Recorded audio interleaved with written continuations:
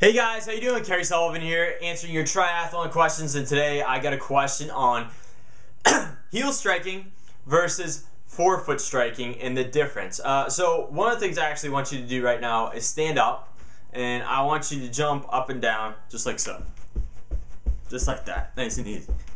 And when you're doing that, you're striking on the front of your foot. What I want you to do now is jump up and down with all your weight loaded on your heels. So, just like so.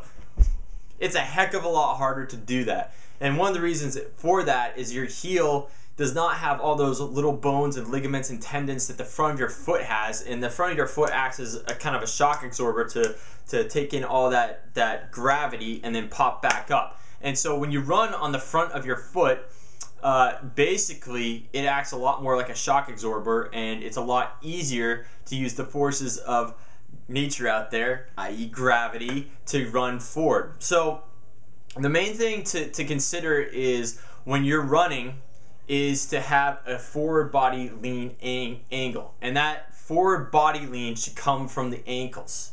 And when you do that and you have a good forward body lean going when you're running, you're naturally going to be more predisposed to strike on the front of your foot. And some people say, you know, you should strike more in the mid section of the foot. I personally think it's more the front of the foot, and it should go like that. The other thing I'm just going to say really quick about this too is a lot of people make this mistake of thinking, oh, I should be running up on my toes and on the front of my foot. And in doing that, and I'm not saying that that's wrong, but in doing that, they really raise their heel up nice and high.